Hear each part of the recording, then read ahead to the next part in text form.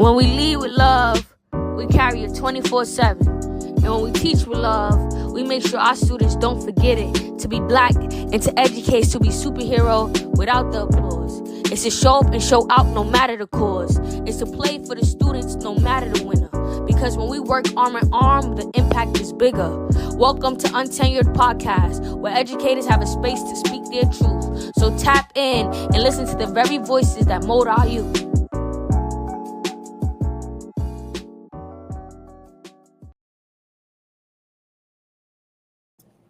So blessings, YouTube community, and thank you for joining us for our third episode of season 2 of our Untenured Podcast. I bet you thought you caught us slipping, but rest is a form of resistance. And we don't operate on colonial timetables, but on organic, ancestral, divine timing. And you know how our motto goes. Here in our house, speaking your truth can never go left because it's your right. And we are too hyped to pass the virtual mic back from Florida to New York, from being uncaged with Dr. Courtney Rose to another dope melanated queen from Queens that is known as McGee the AP, currently a New York City public school assistant principal in the Bronx with a focus on culturally responsive practices and leadership, curriculum and instruction, who's also a former middle school English teacher. She's a mother. She's a mother, an empowering educator, a luminous leader, and astute author of the book Culturally Conscious Decision Making for School Leaders, and was a gangster rapper in her former life. A triple degree holding powerhouse, soon to be quadruple degree holding, soon to be Dr. McGee. She plays no games about her role as a leader and leans in all ways to provide some razzle dazzle for the middle school teacher and scholar community. She's here with us today. We are too hyped to vibe with her for this conscious convo for the culture, because a vibe don't lie, as she say. And so YouTube community, here we go. Another conscious convo for the culture. Please help me welcome to the virtual mic, Miss Shauna McGee. Thank you so much. Can I just have you narrate every entrance that I ever have to do in life? Just like you just girl, say less. Just try to let it roll, because amen. Girl, say less. I don't do a lot of things right, but I'm gonna give my people an intro if I do nothing else. Snaps for the intro. All right, intro. Now the pressure to keep it up there. Here we go. So happy Black History Lifetime and belated Juneteenth. How did you celebrate? I actually every year now since last year we do like a dad-teenth kind of thing. Okay.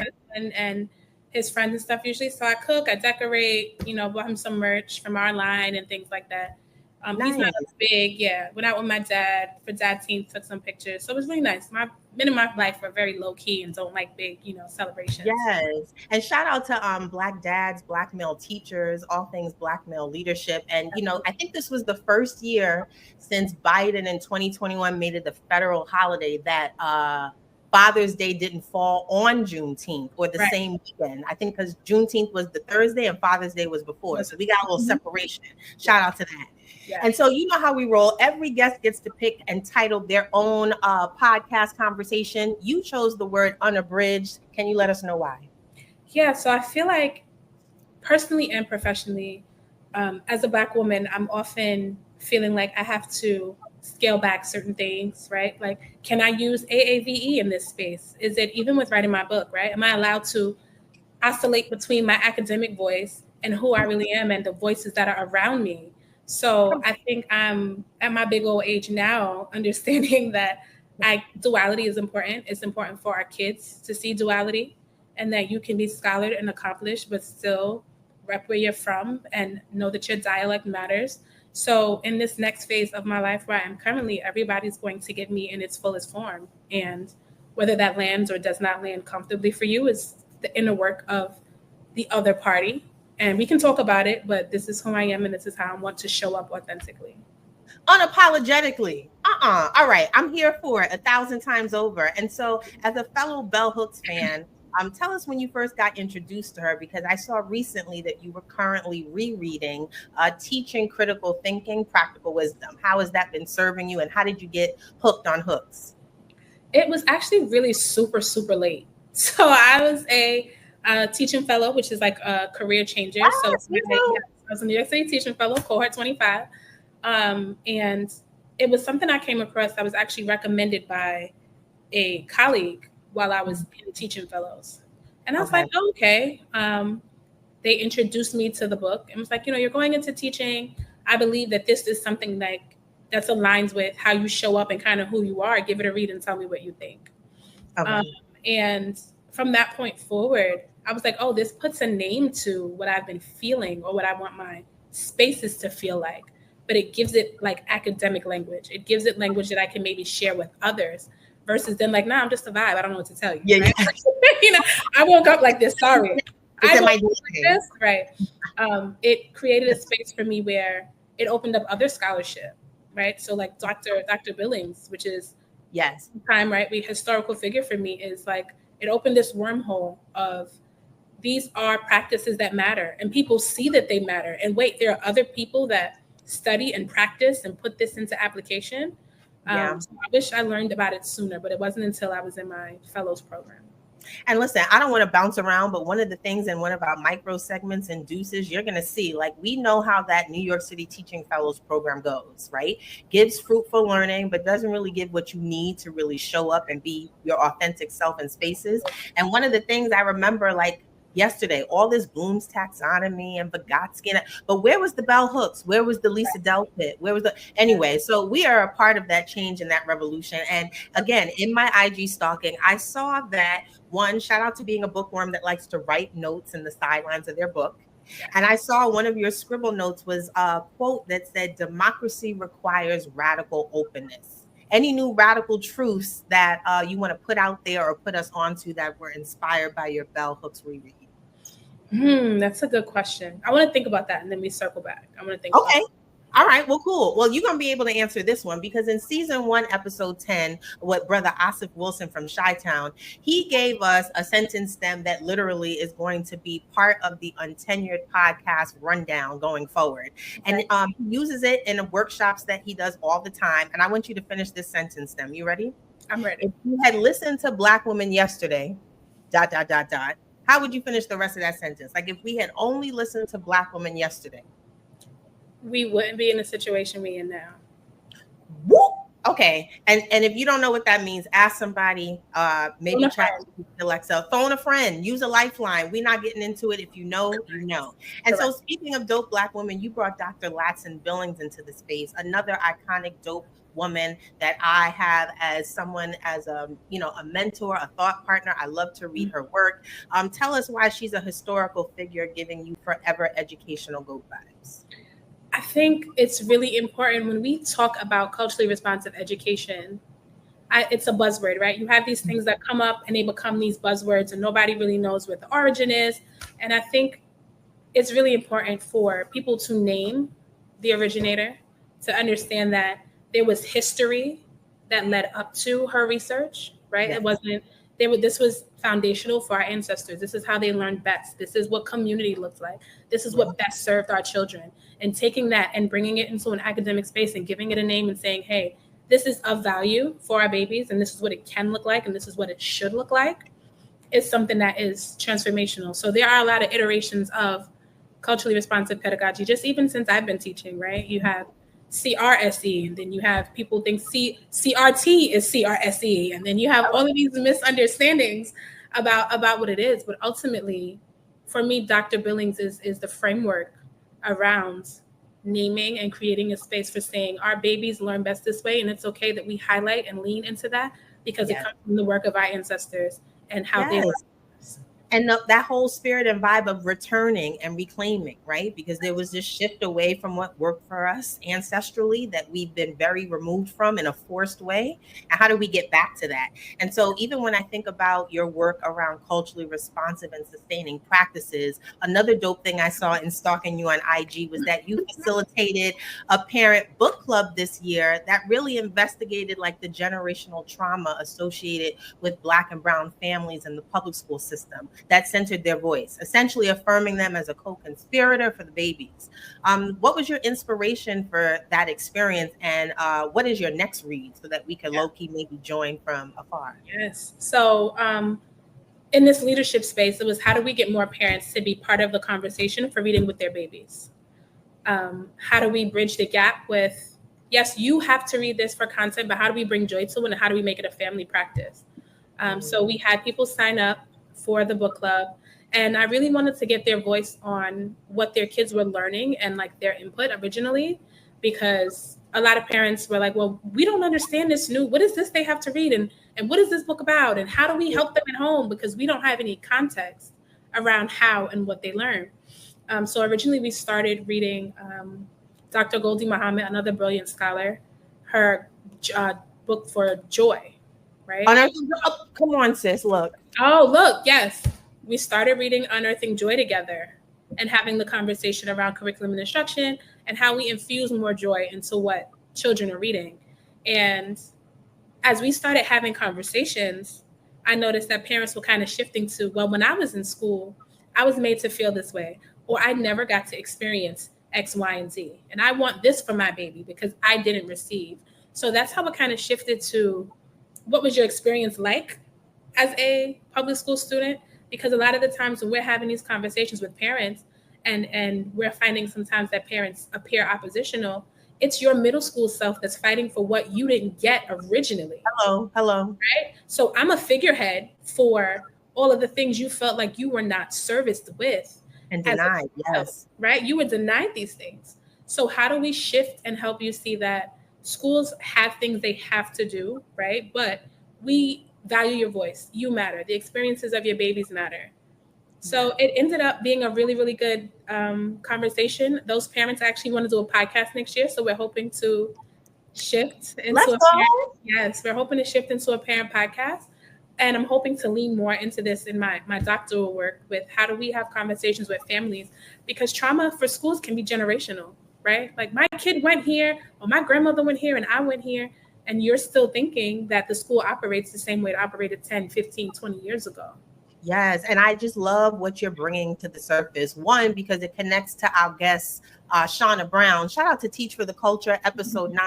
Not only one of her taglines, joy and learning must coexist, but she also put out this statement that is on her socials and was in our conversation, that K-12 system should not be an experience that you have to recover from. Right. But the reality is there's all this harm being done. And then generationally, whether it's conscious or not, we're passing that on to our young people, and it's manifesting in ways that deny their brilliance. So again, joy is a real simple thing, but you'd be surprised how scarce it is in the K-12 system for Black and brown babies. And so thank you for bringing that to the surface. Okay, so we hit hooks. We spoke a little on our love for Lats and Billings, but now I want to talk about your book, sis, because you are an audacious author. You have your own book. Second one is brewing, I hear. The one that's out now is Culturally Conscious Driven Decision-Making for School Leaders, a toolkit for creating a more equitable school culture. And for those who don't know, she has chapter titles and subtitles like What Your Pockets Looking Like. If you don't know what that could mean, just buy the book, because stop it. Capacity building, that's your people. She has one about were you officials, connected to sustainability and your legacy. And one of my favorites personally, what's your vibe? I love that you have V.I.B.E as this acronym explicitly, not just for school culture, but one for curriculum and instruction. So can you put us on, for those who don't know about your book that might be watching, that will buy that book, give us an inside scoop on your journey with writing it and the acronym V.I.B.E. Yes. So as I was saying earlier, I struggled a little bit because I felt like I wanted the book to be an authentic representation of myself and my beliefs. And I wanted to be conversational. So like, are you sitting down and talking to me? Are we having a meeting? And then there's a lot of, you consult people and friends and things, and you look around and you start getting into your head about like, well, no, it has to be academic, or this group won't buy it. And then you're pigeonholing yourself. I had some of those back and forth conversations a little bit with editors, right? It was really important for me to have a body of work that spoke to my authenticity in this space and was able to read without it being heavily jargon laden. A lot of leadership books that I've had to read, they're fine, but if I never saw it again, I'd be okay, right? I'm never going to pick it up. I'd be fine. I'm never going to pick it up and refer to it for like foundational things that spoke to me. So I wanted some things to stand out. The V.I.B.E model is something that I feel like I always want to be in a space that's a vibe. If the vibe is off, you can always feel it, right? And in my opinion, a school building, kids come to school and enjoy staying in sustainability because of the vibe that they have either coming or going. Yes. Right? And you either are cultivating that or you are disrupting and pushing against it, because there are some buildings that are bad vibes for kids. Yes. Yes. So how do we disrupt that? And they're very attuned, our young people, right? The older we get, unless we are very intentional about staying connected to that intuition, that vibe, like the systems in the world will have you ignoring it or you'll be oblivious. But the young people will tell you, starting as early as 18 months, they will side eye you. They will walk out of a room. They won't hug that auntie because they feel it. Absolutely. They feel it. All right. So V.I.B.E, an acronym. And I got a closing V.I.B.E acronym for you because you're already a vibe in this conversation, but we'll save that for the closing. All right. So you also bulk purchase for an upcoming PLC, Teach Like an MC by episode 10, Dr. Ed Ajapong. Love him. Was just at the Hip Hop Ed Conference. Got to hear him speak about his book and his dopeness. And so this new micro segment is actually an ode to him and an ode to hip hop. They were not a popping group, but do you remember Black Sheep? You could get with this. Of course, yes, absolutely. Okay, so this is this or that, but a hip hop culturally responsive version. The choice is yours. You could get with this or you could get with that. Tell us which one you're picking. You ready? Yep, ready. All right. So would you rather be the teacher or be the student? I'd rather be the teacher. Okay. Sweet potato pie or peach cobbler? Sweet potato. Teaching critical thinking or teaching to transgress, because they're both by hooks and they're both fire. I think teaching to transgress. Okay. Insecure girlfriends? Insecure. Okay, this one might make you pause. KRS-One or Rakim? KRS-One. Boogie Down production. Okay, I'm not gonna rap because you were the gangster rapper in your former life, not me. Although he was a conscious rapper. Moving on. Go back and meet your great great grandparents, or go forward in time and meet your great great grandchildren. Whew. That's a tough one. I think I would go meet my great great grandchildren. Dope. No right or wrong. All right, here we go. Wicked or The Wiz? Are we doing Diana Ross or Elphaba? We have to do Diana Ross all day. All day. Oh, and shout out to this. I believe, if I'm stalking correctly, that you took a group of young people to a museum that filmed part of The Wiz, something like that. Yes, it was amazing. They had such a good time. What was the name of that museum again? Museum of Moving Image in Queens. Okay, so I'm gonna have to check that out because we're trying to keep the babies we have out here. Not the hoop trying to leave. We have the babies up here in Hudson Valley. We're trying to keep them connected to city folk vibes. So we'll put that on the list for summer vacation. All right. Great museum. All right. Now this one I might low key judge a little bit, but it's your palate. Okay. Sugar or salt in your grits? Salt. Okay, we can rock. All right. Here's the next one that I side-eyed when I saw it. Spades or Uno? All right, so you're gonna side-eye me, all right, about this. I'm still learning. So I get yelled at every Thanksgiving. They sit me at the baby table because they like, we don't have time to be explaining. Ain't nobody got time to teach you. Right. So I'm trying to find a safe space to learn, but I'm going to get it together. I am. All right. So maybe we'll do a virtual session. So this way, if it gets too hot, you can blame your Wi-Fi and hang up. Help a girl out. So then low key, you're picking Uno. For now, I'm an Uno girl for now, but I'm going to get it together. Okay. And if I could spice it up, Uno No Mercy, Uno Plex, or just original? Uno No Mercy almost got a table flipped in my house, so we can't play that anymore. So listen, okay, if my son Kobe were here, he would tell you he will not play that game as a family anymore. It got vicious, but I kind of loved it. It was a wild Uno. All right. For the rest of the night, there was no more conversation. Everybody go to bed. It's over. All right, everybody go to bed. Okay, Uno. But Spades is pending. All right, and then last one, because it'll be a perfect segue to my next question to you. As an Abbott Elementary referencer, Janine or Barbara? Janine.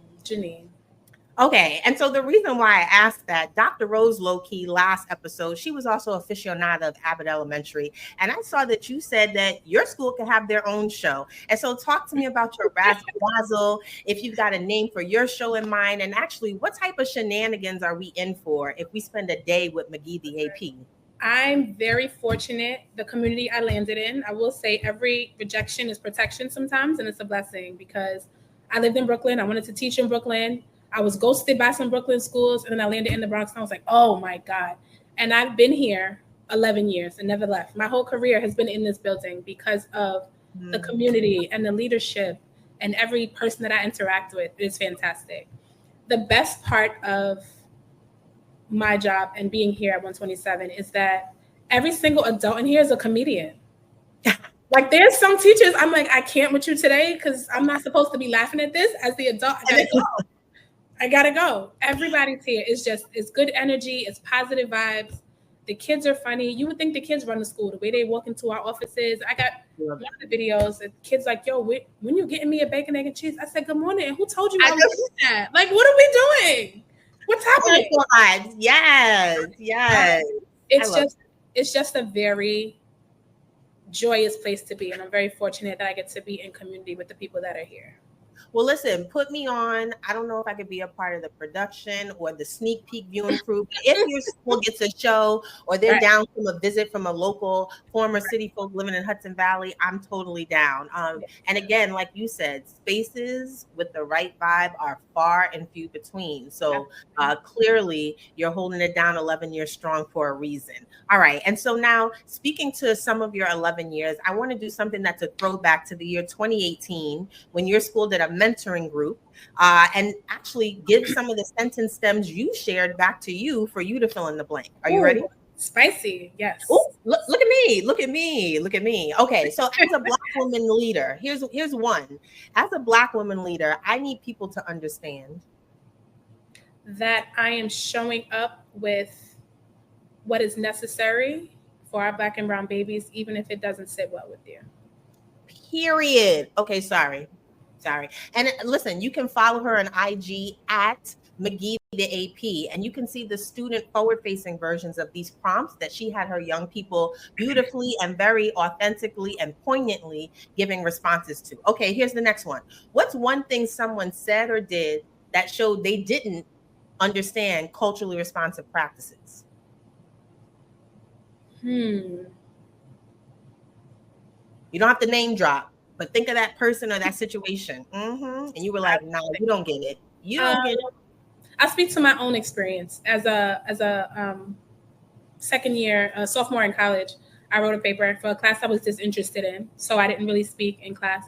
And the person accused me of not writing the paper. And I had to go to the provost and make like a whole big thing out of it because they felt like they didn't have any evidence of me being smart before the paper was written. But always was like, I'm doing this for you with the best intent. You know, I want to make sure you're ready for college. And girl, bye. Yeah, exactly. Or boy, bye. Whoever it is, bye. The hell on. All right. And then next one and last one. When working with Black and brown babies, I'm going to need you to think before you speak. And we're going to leave that there. All right. So now we're going to enter into the set of questions that we ask every guest. And since you were a gangster rapper from another lifetime, is there an artist currently whose swag matches your educational vibe? Like if you were going on a tour and you were like, yup, I'm a little of this and that. And if I go on a musical tour, this is me as an educator on the artistic stage. I think my answer might be a little controversial. I'm here for it. Come on. Speaking it never goes left. You know, things have gone drastically the wrong way with this individual. But I would say like college dropout Kanye West. Come on. That would be my answer. Now, you know how badly I want this brother to do a U-turn? Like, you know how they say you should spin the block? I need him to spin and come back home. He needs to just come on back home. All right. And why are you picking college dropout Kanye? I think that he was able in that album and just during that time to be reflective and speak on social issues, but do so in a way that was still engaging and you wanted to listen to it and it was thought-provoking and it made you think without feeling like you were being lectured to. So It was conversational, but it was also poignant and made you feel like, wait, he's really saying some stuff right now that maybe is impacting my day-to-day and I need to listen more. So I think it made people more conscious without feeling like you were being talked to. You were part of the conversation. And I'm here for you acknowledging that it might be, quote, controversial because, okay, shout out to, again, the Hip Hop Ed Conference. When I went that day, I was rocking my Teach for the Culture shirt and I had on a pair of Yeezys. And I caught someone kind of looking at my feet like, oh. And I was like, wait, these are pre-crazy Yeezys. These are like, these are, and I said to them, these are college dropout Yeezys. These aren't modern day Yeezys. And it's so funny that you brought that up because there was definitely a side eye looking. But shout out to that brother's brilliance. He's still brilliant. He's just going through some things. But all right, so you are a Kanye West in the educational space. And so for this next question, one of the things that our viewers should be aware of, every guest gets to pick their hype song. It goes on our untenured hype song playlist. Your episode lucky number 13. So you would be track 13.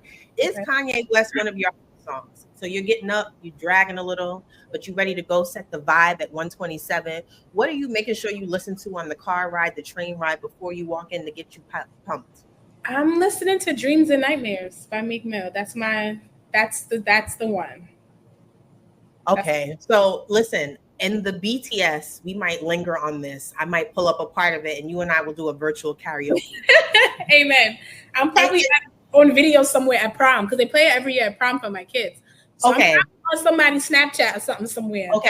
And listen, your hype song for the release of this episode, you already know what the background's going to be. All right. So shout out to Meek Mill's Dreams and Nightmares, because literally that might be the most succinct sentence to describe sometimes navigating as a Black woman leader in PS systems in New York City. All right. And then is there an unspoken truth? Like if you wanted to tell an aspiring educator or leader, like, don't believe the hype, or let me put you on to this ahead of time. One of the things that I think about in my own experience is that no one really put me on to be ready to navigate being the only in a space. Mm-hmm. And it may not just be being the only person of color, but being the only person of consciousness, the only person that wants to center cultivating a vibe. They don't really teach you that in your teacher prep program. So is there something you want to tell an aspiring educator or leader, don't believe the hype, or let me put you on before you go through this journey? Yeah, I think the thing I've learned the most is integrity matters. And I know that there's a lot of things that happen as a result that look positive, right? It looks like the grass is greener on the other side, or, oh, I'm just going to go with this because I have to. We have to do these things. I'm being told I have to. And there is some of that. But it's worth, if your heart is in the right place and your soul and what you believe in are in the right place, integrity matters. And I think you'll find like people who are like-minded, not just in, you know, what they look like, but in belief systems and what they want for kids. And I think the louder you are vocal about that, the more people you'll attract with a similar mindset. Even if it's 2 people, right? You start small. Yeah. Absolutely. And it makes me think of Dr. Yadi, I believe it's Mercedes or Mendez. Mm-hmm. I'm going to get it right. Mercedes, right? She was talking about a heart posture at the Hip Hop Ed conference. Like there's just a certain posture you have in your soul and your heart that you have to stay true to in this work, because it's easy to get distracted by, you know, the test scores or Absolutely. You know, this at risk, which I like to call at promise youth, like all of these things that are thrown at you to distract you from staying true to yourself. And so don't believe the hype. Integrity matters. Yes, even in the world of education. Let's swing the pendulum the other way. Any pet peeves that you want to share globally with anyone who might interact with you, see you, run into you? What irks you? What gets you tight in your leadership? I'm a very introverted person. This is my first time doing anything like this. I'm very introverted. You must be an extroverted introvert. This is my first time doing anything like this. Even the social media, starting it, I was like so anxious. That probably would be it. I don't have a lot of, you know what, I'm lying. People who are dogmatic, I think, are the most frustrating thing for me. It's okay. We all have different lived experiences and ways that we understand things and the way that we show up. But be willing to listen, be willing to learn, be willing to engage, or stay over there. All the way over there. That probably, yeah. To the left. Have you been to any concerts lately? Any GNX Cowboy concerts? No, I'm so like, too many people. My last concert was B2K, girl. So we already. But wait. B2K just, they had a reunion tour. The reunion tour?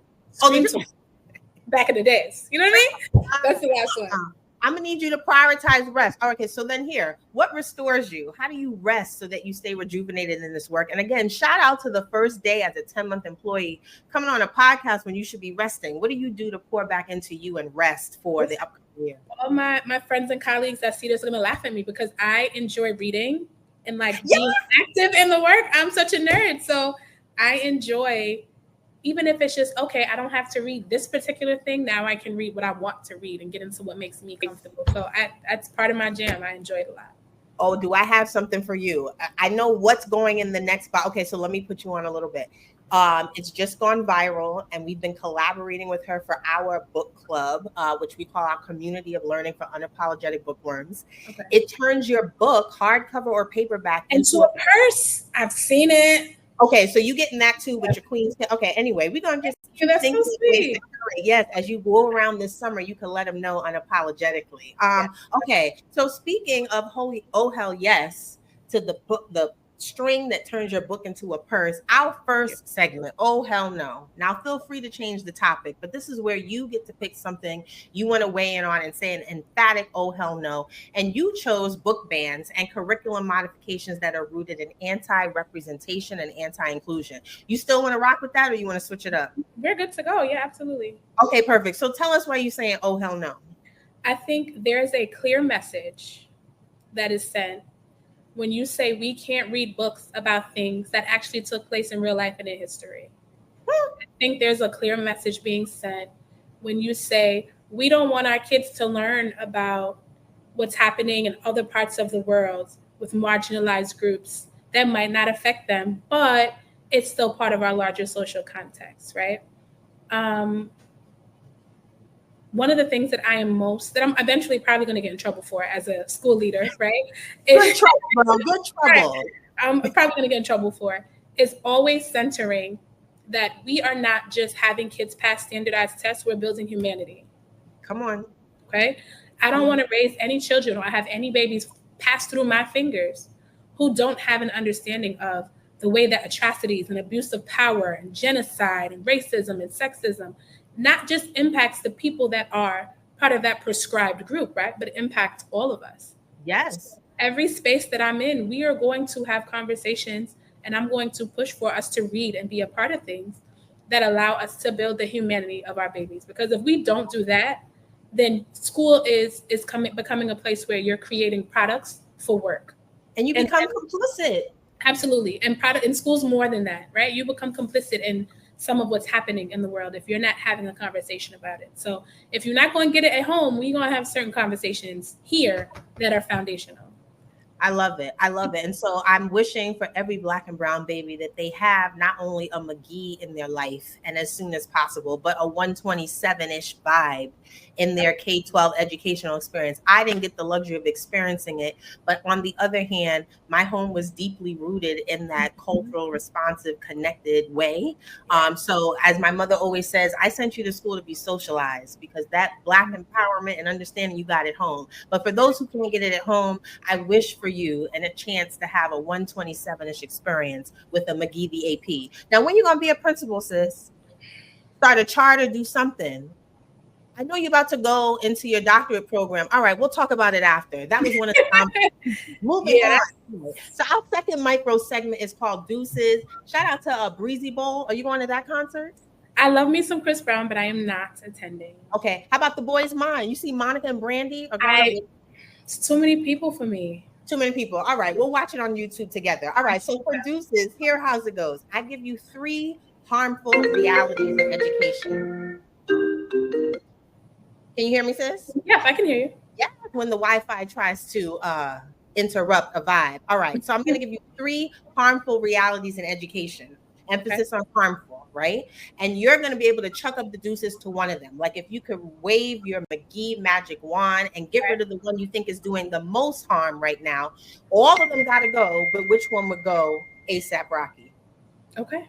All right, and if I do this right, they get a little spicier. No pressure. All right, here's the first one. All the Black staff are security, custodial, and cafeteria employees only. I saw that side eye. Okay. All the Black staff are skin folk, but not kin folk.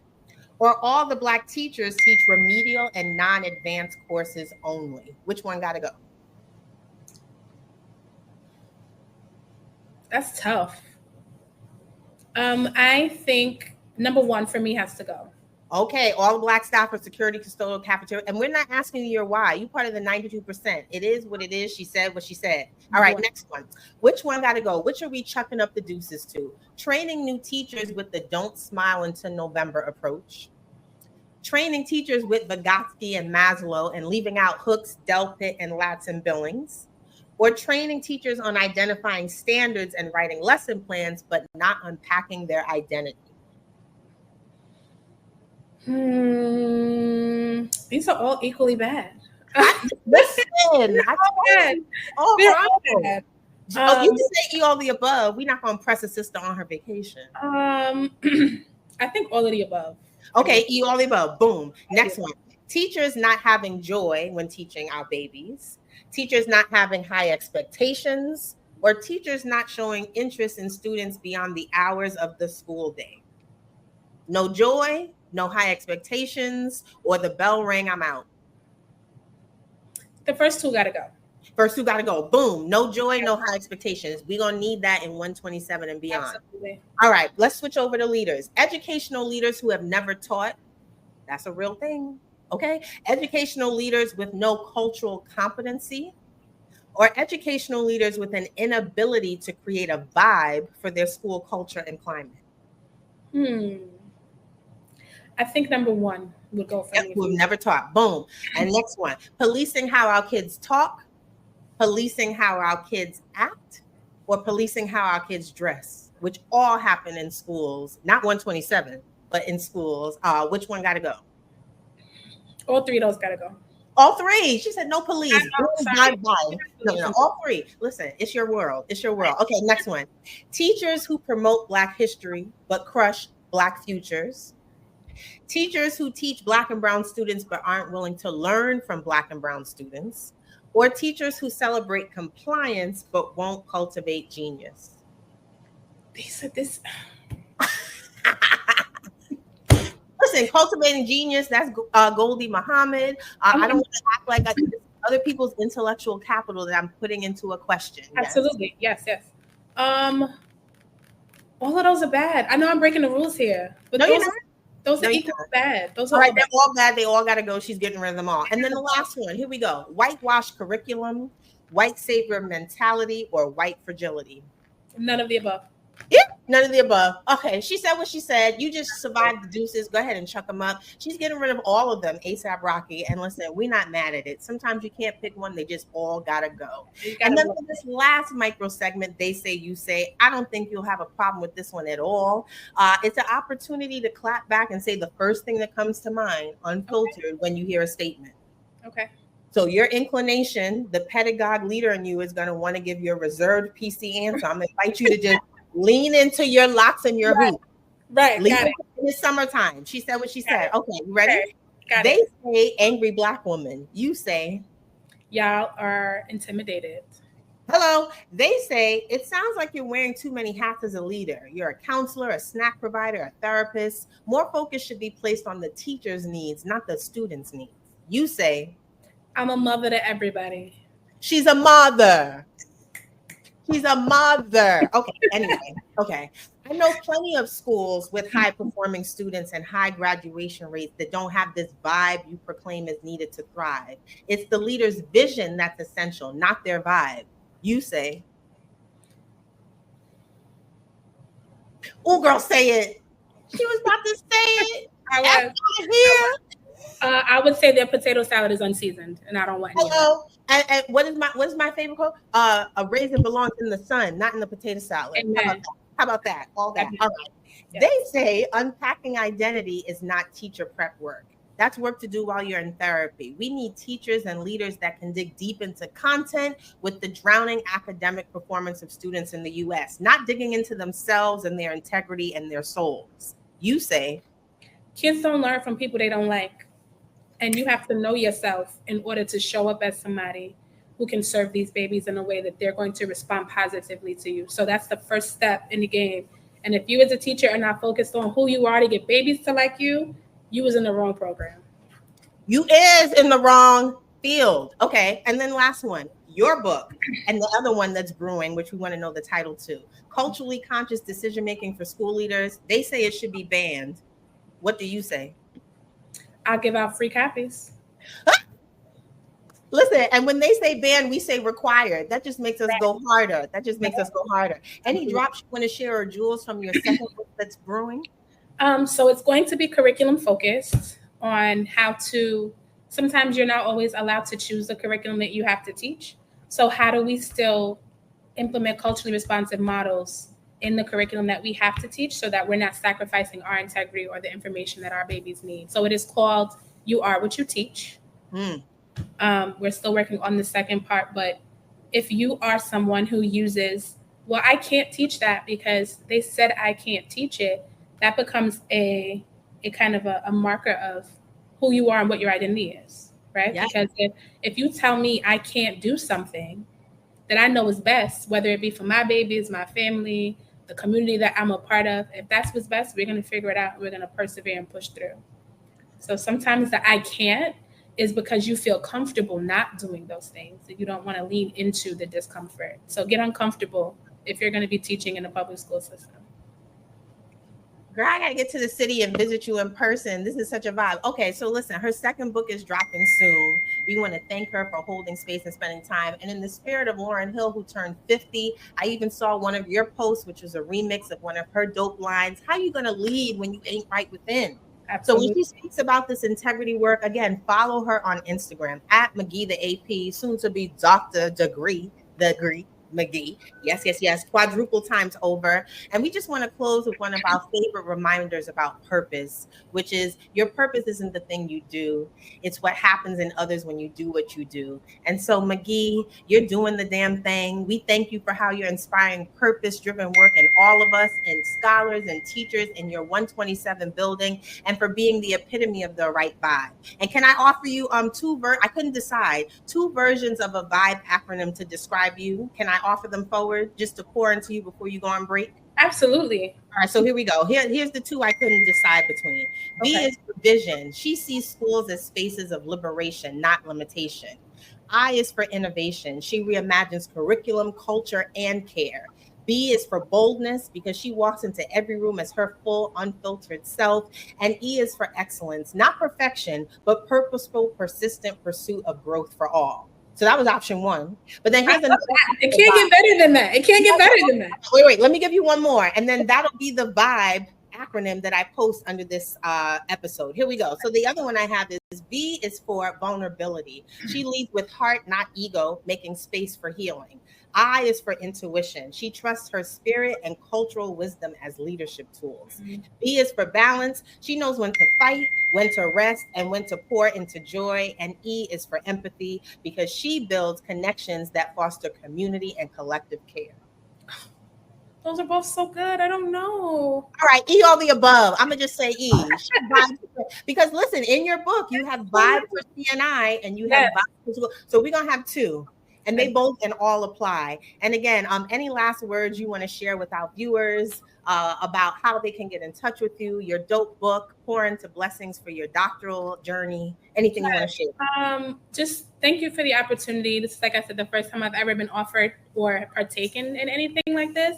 And it was definitely something I was like, you want to talk to little old me? Oh my goodness. Absolutely. Big old you. So thank you. I appreciate it. For holding the space, just for you, Yaya, for creating the space just for educators who are like-minded and want to push forward with making sure that our children are always seen and heard, right? And that we are a group who can rely on one another just in terms of pedagogy and brilliant ideas and scholarship and just community. And I know you have been very busy and kind of trying to align a few things, but I'm very, very grateful for you for creating this space. You deserve to be here. Continue to create this space, even when it gets challenging, and everything that you're doing matters. So thank you. Oh, man. Well, thank you for being a queen of queens. And again, on a selfish tip, I was desperate when I left the city and moved out to the Hudson Valley area to find like-minded folks of the same vibe and energy. And so we do exist. We're all over the country and map.